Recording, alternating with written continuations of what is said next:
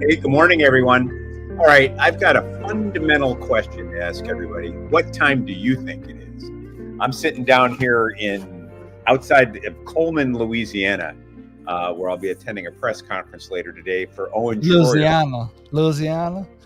I don't know. I went down for breakfast. I'm at the hotel I'm in, and I was sitting next to some locals, and I'm like, what language are they speaking? I recognized some of the words. But I can't quite recognize the cadence of that bad girl. It's been divorced, only married 18 months. I think that had to do with somebody getting an abrupt divorce.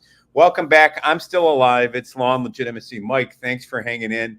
Folks, it's been a blur of a couple of weeks, lots to report, and no, I'm not dead. And I also believe, and my computer says it's 7 o'clock. My Apple Watch says it's 7 o'clock. I don't know. My hotel clock says it's 7 o'clock.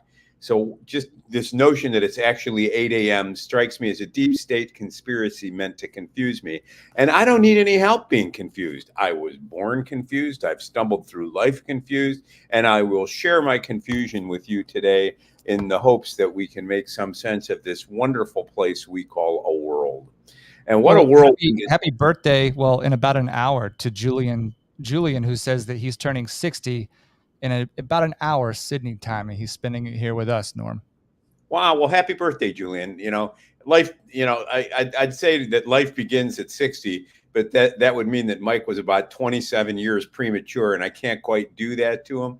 But carpe diem, I say, seize the day. You know, being on the back end of life's 18-hole course is liberating because, you know, screw what's going to happen at the clubhouse. You're still on the greens and still putting and still alive. And if you have maintained your health and your children are thriving and independent and on their own, you've got really nothing to do but pick roses on the way out and have a blast, as I have been doing for the last couple of weeks. You know, I faded away from the stream for a while because I was going to be on West Coast time and knew that it would be difficult to get my stuff together in the mornings, especially because the first 5 days I was out there, I spent the evenings at comedy clubs in LA. I went out to a comedy camp sponsored by Adam Carolla and Jay Leno. And there were a number of people from around the country there. It was a great time, and it was uncanny how much it reminded me of training camps for trial lawyers, in particular Jerry Spence's Trial Lawyers College. But here's a report from what I learned hanging around comedy clubs in LA. Comedy is alive and well. It's satire, including vicious satire, including takedowns of the woke, is bubbling up. You know, the mainline presenters at the comedy camp were quick to caution against presenting political material or divisive material and trying to stay away from certain topics as divisive and offensive. That memo didn't get out to the comedy clubs, where folks brought down the house, doing what comics have always done. Slaughtering sacred cows, holding up mirrors so that we could see images of ourselves that make us somewhat uncomfortable, hopefully modeling ways in which we can laugh at ourselves and thereby help build bridges to others in divisive times. You know, yes, comedy is about the laughs, and a well-placed joke will go a long way toward easing tensions in a room. But what is it that we laugh at when we laugh at a comedy or at a comics routine? Well, there's the unexpected turn of phrase being led in one direction and abruptly taken in another that was obviously in plain view from the beginning. But what kept us from seeing it is our preconceptions, and learning that our preconceptions are just that, assumptions we bring to the world that don't necessarily support all the weight the world places on our lives from day to day. So I had a good time. I got to perform at the Improv the last night of the event, and it was well received. I was flattered by that. At the after event party at the Roosevelt Hotel, I had a geriatric thrill. Good looking women came up to me and offered to buy me drinks. At one point, I posed with two young women, arms around them, for a photo they insisted we take. And somebody said, geez, you look mighty uncomfortable in that photo. You're damn right I do. I was saying to them, how am I going to explain this photograph to my wife? You know, but a good time was had. I've decided that I'd like to do more of this.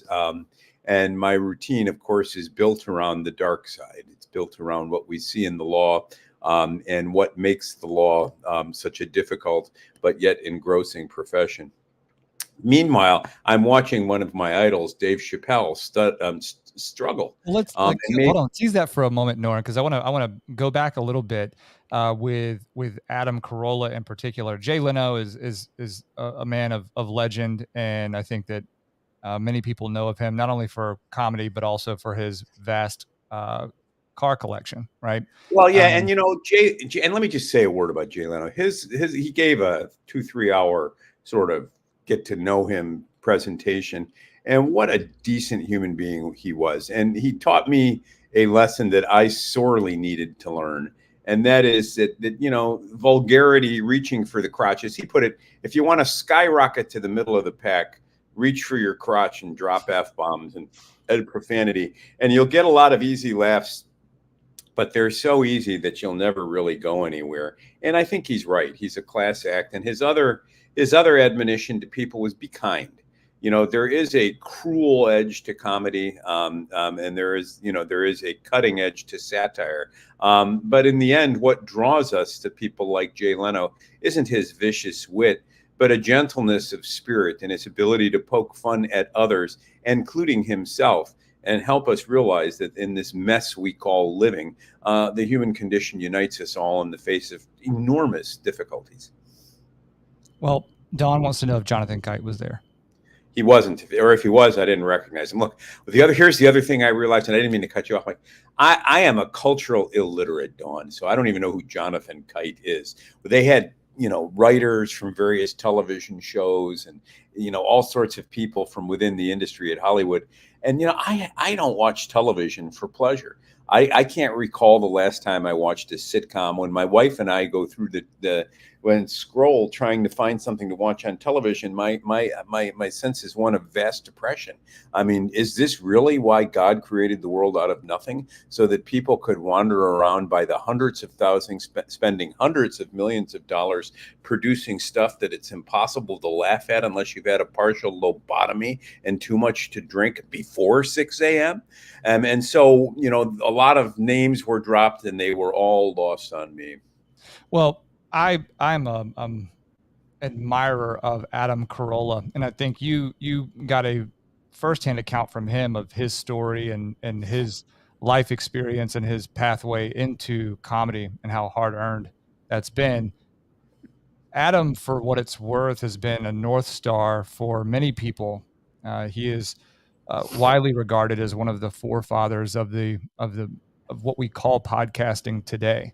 The Podfather, I've heard him referred to as. Right. Yeah. He is one of the first people to really take to the sort of that independently networked long form show. And he is a man that has many shows today. I think I was telling you, Norm, that he's recently really sort of overhauled his approach to all of that. But he is, a carpenter. He's obviously a comedian, but he is an amateur race car driver. And he's also a gearhead, and he's also, very honest about, his wealth, and the path that he took to get there. He's pretty transparent with, the goings on in his personal life, but he was a bellwether and a North Star for those who were somewhat lost during the COVID era, rather. I believe when his children graduate high school, he is relocating out of California finally, because of the way that state handled, and in particular Los Angeles and the greater Los Angeles County handled COVID with respect to sort of that top-down diminishment of personal freedoms. Where's he going to go? Texas. So as the great migration to Austin, Texas, we can't slaughter the godfather of Austin quickly enough. That would be, of course, Alex Jones, but we can all move there and ask to live on his fumes. Is that what we're doing here? Well, I don't know that Adam is necessarily one of the people that I would suggest is living on Alex Jones's fumes, although that is an important connection to make, and an ode to Alex that he is, I think that he's entitled to.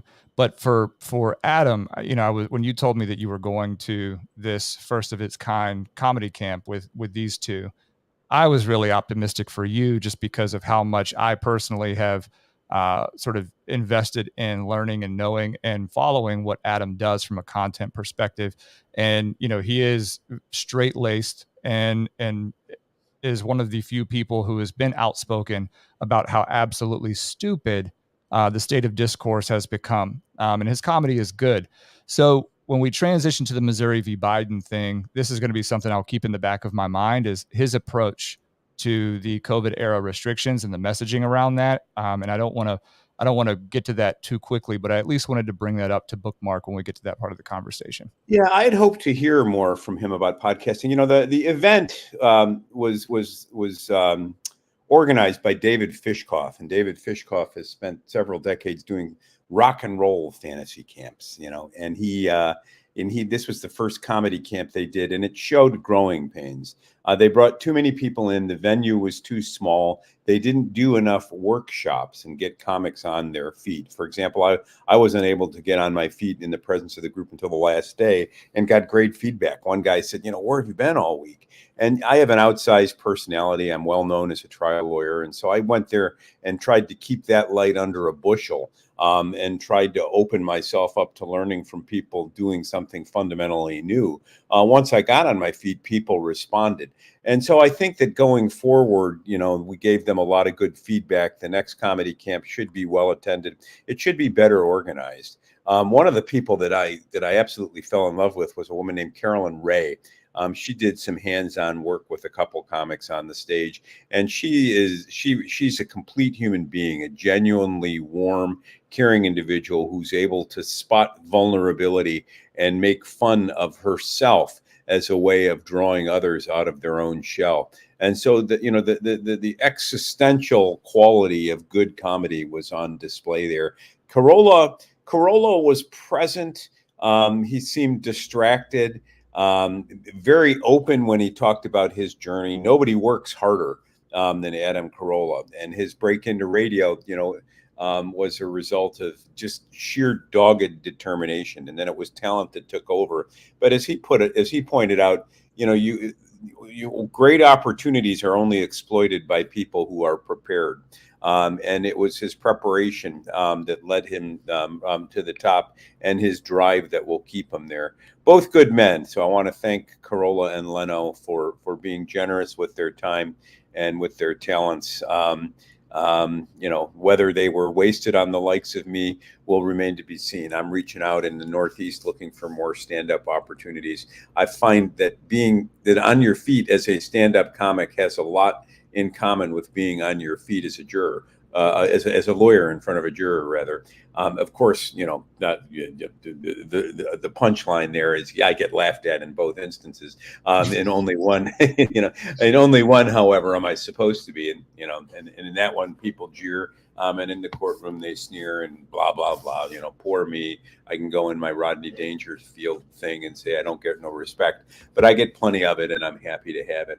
But anyhow, let's get back to the law. So, the good news from the world of stand-up comedy is that it's alive and well, and the critical spirit, the flame of reason unbounded by the constraints of the woke is there. There's a hunger for reality. There's a hunger for a gritty confrontation with the world. And nowhere is the world more gritty right now than in the Middle East, where people of goodwill are flummoxed and don't know what to do on both sides. Obviously, I'm referring to Hamas's savage attack on Israel. As many as 1,400 civilians slaughtered, children killed, old women raped and murdered, people kidnapped, and now Israel responds with a punishing attack on Gaza, troops amassed along the border of the Gaza Strip, and the world stands waiting to see what will happen next. Many supporters of Gaza and the Palestinians, of course, are focusing on Israel's reaction, and there's a subtle undercurrent of saying that Hamas's attack was justified because of the savagery of Israelis' dispossession of the Palestinians. And of course, Israelis are right to point out that they've formed their state with the cooperation of the world and have sought to get along and live in peace with their neighbors, but their neighbors have vowed to drive them into the sea, and this ancient bloodshed continues to spill over into the 21st century, confounding the world and putting the world on the cusp of international tensions that could lead to war. China, Iran, the United States all have a presence, and we wait to see what will happen next. I candidly don't know, what to think. I mean, I'm terrified for the world. I support Israel. I support Israel's right to resist. I support Israel's right to have a forceful response against Hamas. I also understand the need to protect civilians and the need to avoid war crimes and the need to avoid genocide. I'm not sure where the balance should be struck in that instance. If I'm an Israeli, I want security, and I'm tired of constantly having to surveil my borders and throw red meat over a fence with the hope that the dogs on the other side will be satisfied with that rather than my child's limbs. I can't imagine living in that kind of tension. If I'm a Palestinian living on the Gaza Strip and I'm nurtured on a lifetime of stories of grievance in a family dispossessed from its land and being held behind fences and camps because no one would have me, of course I would be bitter and angry. But on balance, I don't know that I'd be bitter and angry as Israel as I might be my neighbors in the Arab world who have refused to take me in and treated me like a second-class citizen. All the wealth in the Arab world could accommodate the former residents of Palestine or of the area controlled by the British mandate. But they've chosen to let these people stay in camps, and they've chosen to do so in order to create leverage in Israel, in order to keep this international hotspot tense, uncertain, and an open wound on the international stage.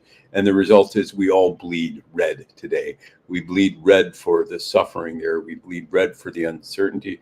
We bleed red for the raw, tragic wound that is our history, because all of us in this veil of tears make compromises that we find hard to live with, and that we find in some senses unsustainable. And from time to time, history veers off course and we engage in savage acts of violence that we shake our heads over and marvel at for decades and centuries to come. This, unfortunately, is our time, and no one sheds a brighter light on the fault lines that define us, in my view, as well as Dave Chappelle. A black man who has the audacity to mock a black man's aspirations in the era of the woke. He's become a hero to people like me because he can look hypocrisy in the face and own it. Well, I don't know what happened in Boston last Thursday night. According to the Los Angeles Times, Chappelle performed at a venue in Boston, a venue that seated some 17,000 people. And at some point along the way made comments about what's going on in Israel. And it led some members of the crowd to shout out against him and a couple hundred people to walk out. His spokesman says he was Chappelle being Chappelle. And then the spokesman said he wasn't even in Boston on Thursday night. Of course, we don't know because these are no recording venues. No one can show us what Chappelle actually said. But he's been uncharacteristically quiet these last 4 or 5 days. And I would hope that Chappelle will not be silenced at this point.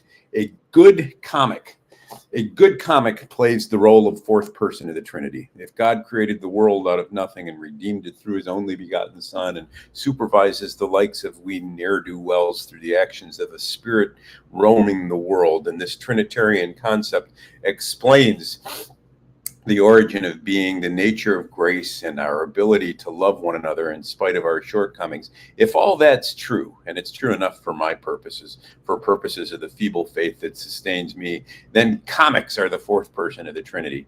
Comics keep us from taking ourselves too seriously. Remember what we've said about Augustine here all along. Sin is love of the wrong thing. And a good comic will hold a mirror up to you and say, "You're loving the wrong thing, Holmes. You're loving yourself too much, and here's why you need to be careful." And Chappelle, if Chappelle's got something to say about Israel, David, do not hide your light under a bushel. Speak truth to all of us. Don't have your spokesman both explain what you were doing and deny that you were doing anything at all in Boston that night.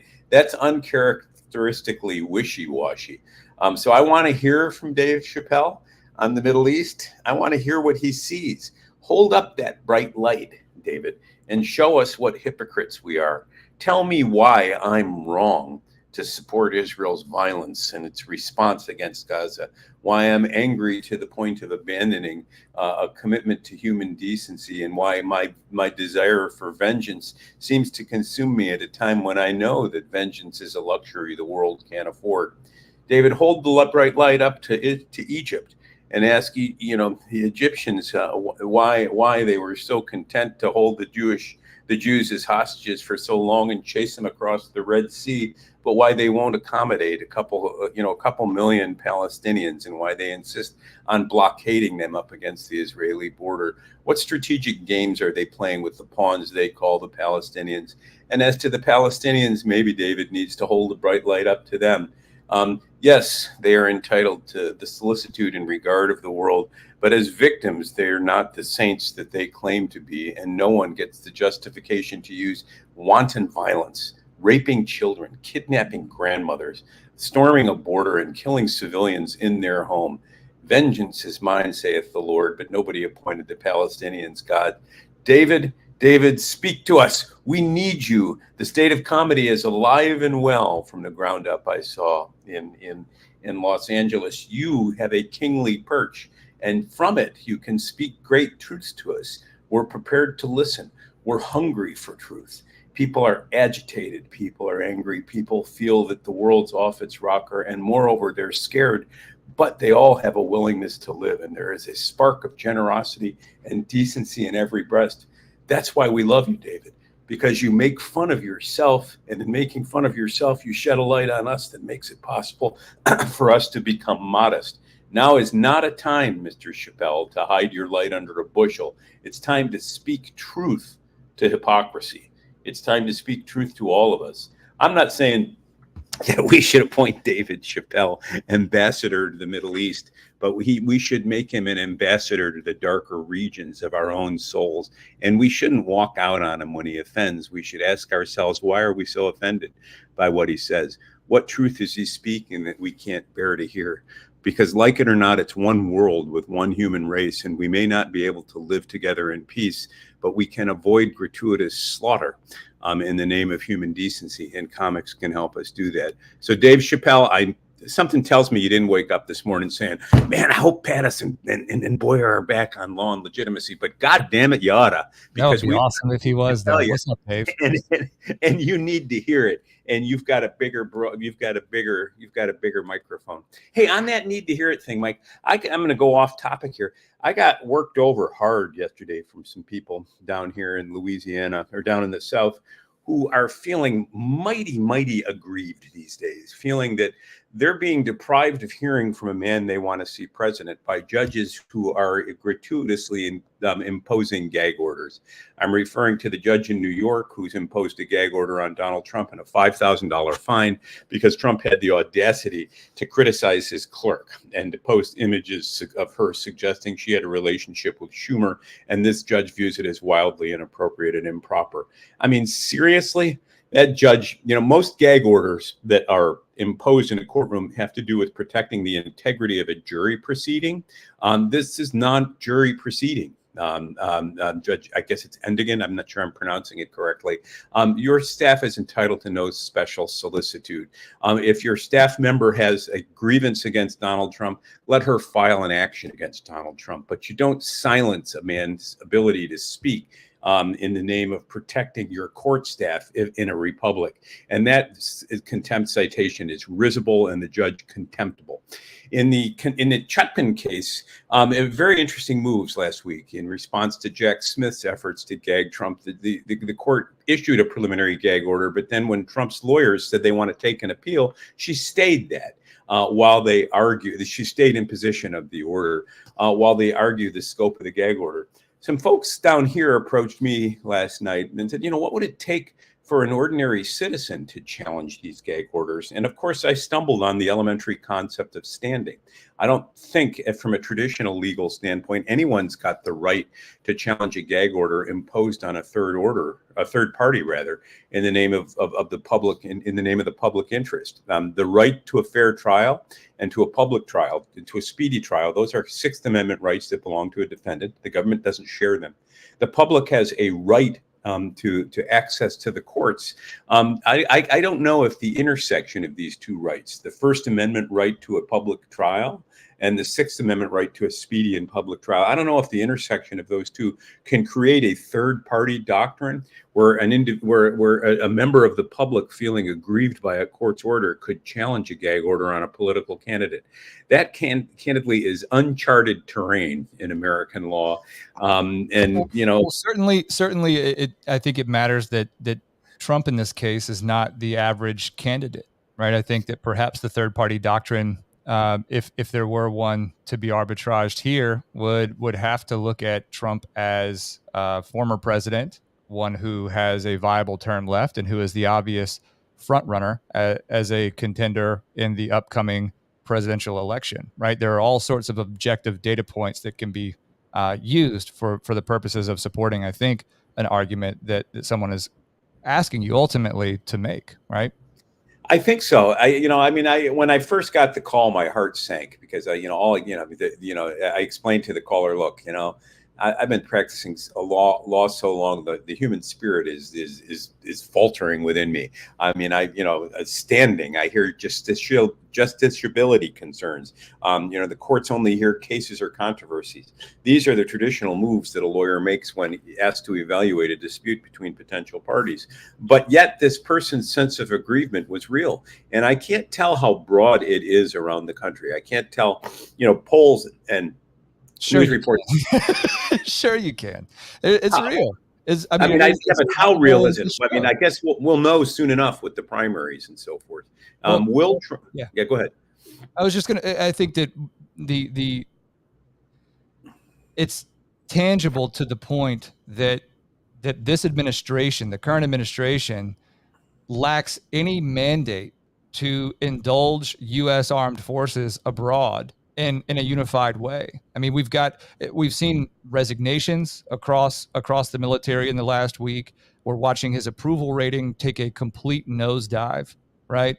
And this is all in the context of I guess Biden's questionable electability on the front end from all of this. And now something we'll get into, because I have been chasing down more of the social media related content stuff, right? And the access. And there's a new phrase that we will have to unpack here. Is called ephemeral content. But ultimately, people like Vivek have spoken directly and reaffirmed their position that the presidential election in 2020 has questionable results based on data alone from big tech activity. And what you're sensing, Norm, is that while the election fraud topic, right, in terms of the physical fraud that may have been perpetuated in some people's opinions, right, the logistics and the how-to, that is separate and apart from the role that the biggest corporations that trade and track in media and content and information and data systems, the role that they play in shaping election turnout, election outcomes, views of certain candidates, party visibility, right? Candidate visibility, all of these things. And I think the New York Post is a prime example it's just one example of big tech's ability to suppress really important informations on a candidate that most people are already suspicious of. And that would be then candidate for President Biden, right? And what's going on in his own household and his personal life. So I submit to you that you don't have to wonder how real that concern is. That is as legitimate as it gets at this point. That concern is shared. No, as you're talking, among more people than who voted for Trump in the last election. As you're talking, something in me is going bingo, because this is the gripe with the third party critique of judicial gag orders. A judicial gag order that silences a man you want to hear from is just an algorithm in a robe, I think, from many people's perspective. And there is a tremendous sense of anger and frustration on the streets. People don't feel heard. They don't feel as if their government reflects a community that they want to live in, and they want to do something about it. And what they don't want to do is turn on MSNBC and have some talking head tell them what to think. And what they don't want to see is some moon-eyed wackadoodle in New York, I'm referring to you, Judge Endigan, or whatever your name is, imposing a gag order, a remedy that's used to protect juries in a court proceeding because his court clerk is feeling butthurt by something that Donald Trump said. If she doesn't like it, she can bring an action against Trump. So, this notion of a third-party challenge to gag orders, I told the parties that called me last night, I wasn't optimistic, but I'd think about it. And lo and behold, I've tossed and turned all night, and here we are noodling it again, Mike. And there may be something there. Just a topic about that Justin Carter raised, and I think this is the 14th Amendment Section 3 argument that's beginning to show signs of life around the country. You will recall several months ago, a law review article made the rounds of the mainstream media that talked about whether Section 3 of the 14th Amendment could empower state officials to independently keep a candidate off the ballot if, in the state officials' mind, they believe that candidate had sacrificed eligibility by previously having taken an oath to defend the United States and then engaged in insurrection or coming to the aid and support of those who did. And the suggestion was that every state official has an independent constitutional obligation to enforce that clause on their own.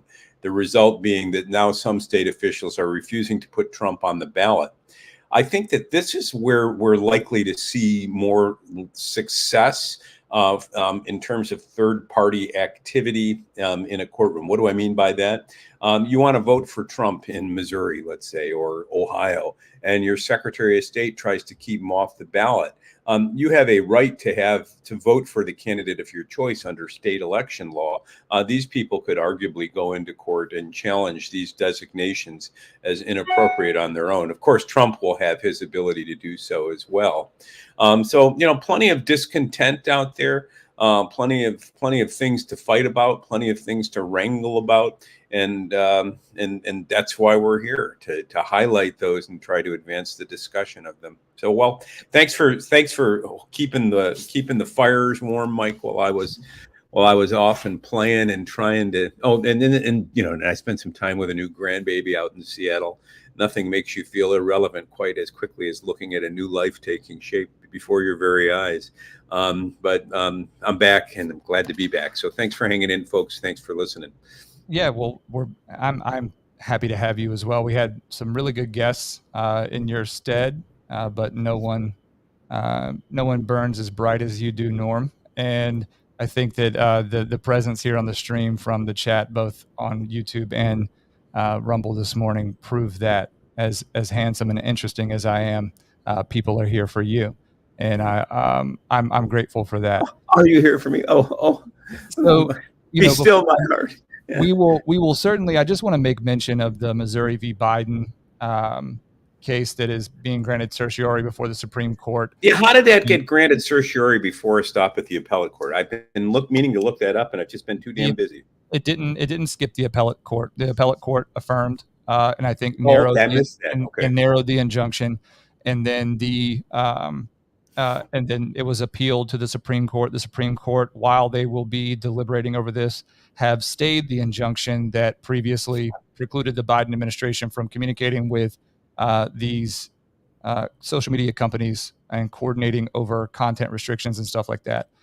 So I wanted to make sure that we put the period or the punctuation on this sentence, because we have been talking about the various contours of what's going on geopolitically, domestically, because of what's going on geopolitically.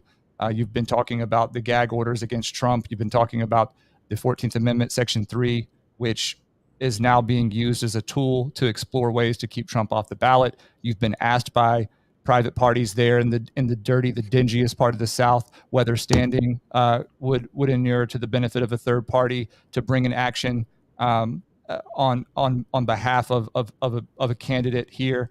And this is important because the Missouri v. Biden topic is, yes, speech, censorship, etc. But to me, if we pull back even further, it does explore the ecosystem that has been created by this public-private partnership between the federal executive branch and big tech.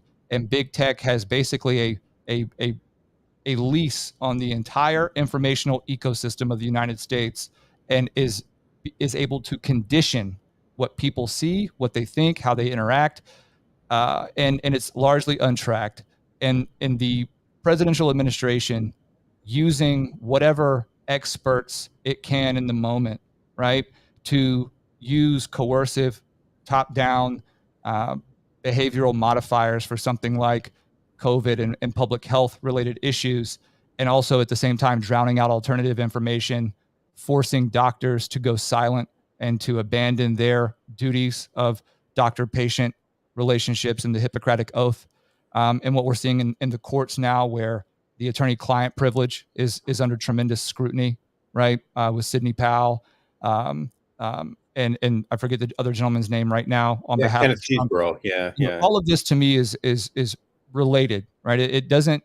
We definitely have to zoom in and spend time delegating between topics so that we give it its due consideration and analysis. But all of this is pulled together. So to me, what SCOTUS is about to do is going to be one of the most important decisions of this generation on this topic. Well, it could be. I mean, I've said that we're close to having hate speech, a hate speech case decided by the court that gives to the government the power to regulate speech based on its content, its hateful content. This is a prelude to it. And there's an appetite in many areas of the public for this sort of top-down social control. I think the urge to podcast, one of the reasons people listen to broadcasts like this is there's a desire also for independence and to be free from that and to try to clear your palate and see the world as it is, as opposed to somebody else telling you how it looks and trying to impose their vision on you. So interesting times ahead, and plenty of time, we hope, to explore it here on Law and Legitimacy. For sure. Well, Norm, glad to have you back. And we are going to be taking fewer days off. And not that we really have taken that many days off, to be honest with you, but not in the last few years. I felt bad. I mean, I enjoyed it, to be honest with you. It made me want, I got sort of used to about the vacation. And I'm sure you on your West Coast wandering, it's good to get out of the time zone, I think. Yeah, it is. Every now and again. But we're here every day, 8 a.m. Eastern, Monday through Friday. You can find us on X at LawPod Daily. Please follow and enable notifications. You'll be notified when we go live there. If you're on YouTube and Rumble, please make sure you have liked this video. And if you're in the mood, leave a nice comment, share it with your friends and family, or even people you don't like. Just say, hey, look, there's stronger thinkers over here on this side. And then ultimately, if you want to just have the audio only, we're on Apple Podcasts, Google, Spotify, Audible, Overcast, wherever you find podcasts. Leave us 5 stars and leave us a nice comment, or leave us alone. Norm, last word for you. And find me venues, folks, to explore my stand-up comedy dreams. I'm enjoying, comedy is good for the soul. Dave Chappelle's not the only one who can crack an irreverent joke. That's a true story. Okay, Norm, see you tomorrow. Ciao. Bye.